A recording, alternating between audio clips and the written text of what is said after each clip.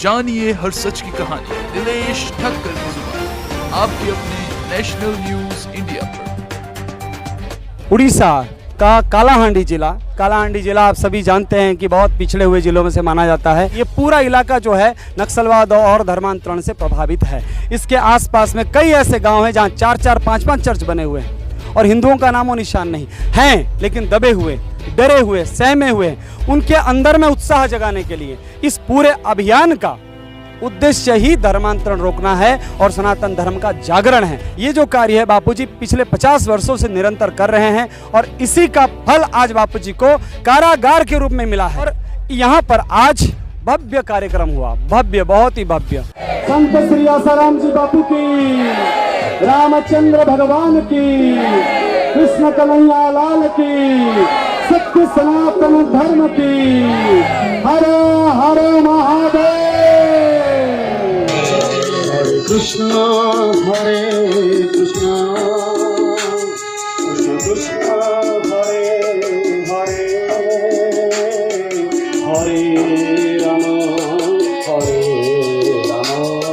राम राम हरे हरे। हरे कृष्णा कृष्ण कृष्ण हरे हरे, हरे राम राम राम हरे हरे। हरे कृष्णा कृष्ण कृष्ण हरे हरे, हरे राम राम राम हरे हरे। हरे कृष्णा कृष्ण कृष्ण हरे हरे, हरे राम हरे। देखिए, दीपावली पे जिनके पास पैसे होते हैं, साधन होते हैं, संपन्न होते हैं, जो मध्यम वर्ग परिवार है या जो भी उच्च वर्ग परिवार है, वो सभी दिवालियों में मिठाइयाँ बांटते हैं, खाते हैं, नए नए पकवान, नए नए कपड़े पहनते हैं और अपनी दिवाली मनाते हैं पटाखे फोड़कर। लेकिन जो गरीब लोग हैं, जो आदिवासी है, जो हरिजन है, जो पिछड़े हैं, उनकी दिवाली कैसे मनेगी? तो उनकी दिवाली मनाने के लिए बापूजी ने हमें प्रेरित किया कि आप जाओ। और हम, मतलब मैं अकेला नहीं हूँ, बापूजी के करोड़ों शिष्य जो भारतवर्ष में फैले हुए हैं, उन सब के माध्यम से बापू दिवाली मनाते हैं। ऐसी दिवाली कि गरीबों में जाकर बांटो, कंबल दो, मिठाइयाँ खिलाओ, भोजन कराओ और उनके जीवन में उस दिवाली का आनंद प्रकट करो कि जिस प्रकार से भगवान श्री रामचंद्र जी के आगमन के कारण अयोध्या में दिवाली मनाई गई थी, उसी प्रकार से हर साल ये दिवाली मनाई जाती है। लोग अपने अपने घरों में मनाते हैं और बापूजी के साधक, बापूजी के प्यारे समाज के भीतर में जाकर, आदिवासी और हरिजनों में जाकर ये दिवाली मनाते हैं और इस प्रकार से उनके जीवन में आनंद का उत्सव मनाते हैं। जो आज कार्यक्रम हुआ जी, कहाँ पर हुआ, किस विस्तार में? ये उड़ीसा का कालाहांडी जिला आप सभी जानते हैं कि बहुत पिछड़े हुए जिलों में से माना जाता है और पूरे एशिया में सबसे पिछड़ा हुआ कालाहांडी जिला ऐसा माना जाता है। और इसी इलाके का श्रीपाली भाटेल गांव है ये, और यहाँ पर बापूजी का एक आश्रम बना हुआ है। इस आश्रम का उद्देश्य है कि इसके आसपास में जो गरीब लोग हैं उनको यहाँ बुलाया जाता है और जप यज्ञ चलाया जाता है और वो जप यज्ञ की सेवा सौभाग्य से मुझे मिली है। और यहाँ पर बापूजी के करुणा कृपा से हर रोज लोगों को बुलाकर उनको दक्षिणा दी जाती है। और यहाँ पर आज भव्य कार्यक्रम हुआ, भव्य, बहुत ही भव्य। सबको कंबल बटे, मिठाइयाँ बटी, खजूर बटे, प्रसाद बटा, कैलेंडर बटे, सत्साहित्य बटा, भगवत गीता बांटी गई। बताइए, इसलिए ताकि सनातन धर्म की रक्षा हो। और आज साध्वी अमूल्या दीदी के माध्यम से सत्संग कार्यक्रम भी हुआ। कैसा विस्तार है?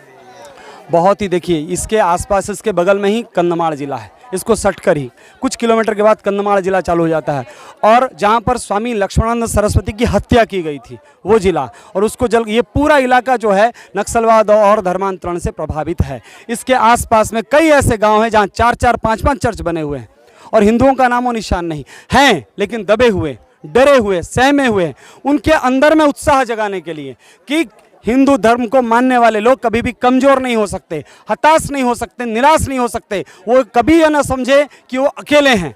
इसलिए उनको एहसास कराने के लिए 200-250 लोगों की कीर्तन यात्रा 10 गाड़ियों के साथ, साउंड सिस्टम के साथ, ये हरिनाम संकीर्तन के माध्यम से सनातन धर्म का जागरण और हिंदू शक्ति का जागरण है, हिंदुत्व का जागरण है और हिंदुओं के मनोबल को जगाने के लिए यह आंदोलन हमारा है। मतलब गरीबों की जीवन उपयोगी चीज वस्तु देकर सेवा तो करोगे और घर वापसी भी करवाओगे। देखिए, घर वापसी तो हमारा मूल उद्देश्य है।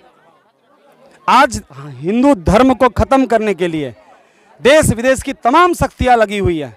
हजारों करोड़ डॉलर इस देश में आ रहे हैं केवल धर्मांतरण करने के लिए।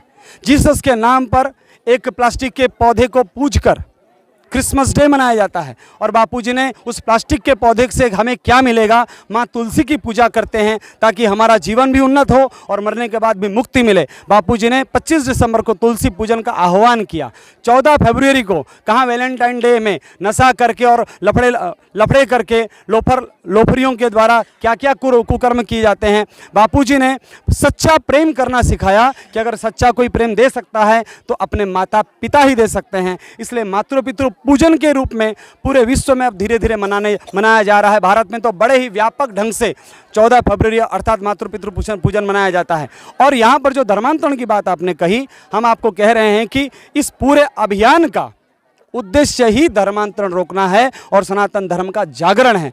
क्योंकि सनातन धर्म के महिमा को जब तक लोग जानेंगे नहीं तब तक धर्मांतरण रुकेगा नहीं। पूरे भारतवर्ष में आप देख लीजिए, कोई भी संस्था, कोई भी धार्मिक संस्था जो भी हमारे हैं, सभी लोग इतना बड़ा व्यापक पैमाने पर कोई कार्य नहीं करता है जितना कि बापूजी के साधक जन जन तक, नगर नगर में, डगर डगर के, गांव गांव में, आदिवासी क्षेत्रों में घूम घूम कर करते हैं। ये जो कार्य है बापूजी पिछले 50 वर्षों से निरंतर कर रहे हैं और इसी का फल आज बापूजी को कारागार के रूप में मिला है। 11 वर्षों से बिना किसी अपराध के आज बापूजी को कारागार में बंद रखा गया है। ये हमारे देश के लिए, हमारे राजनेताओं के लिए और हमारे आने वाली पीढ़ियों के लिए भी बहुत खतरे की घंटी है।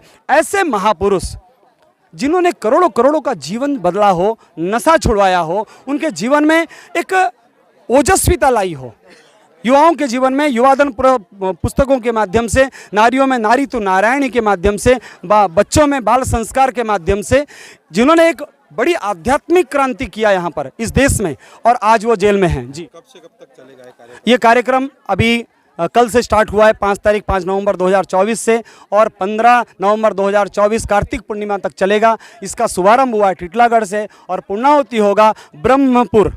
जानिए हर सच की कहानी दिनेश ठक्कर की जुबान, आपके अपने नेशनल न्यूज इंडिया पर।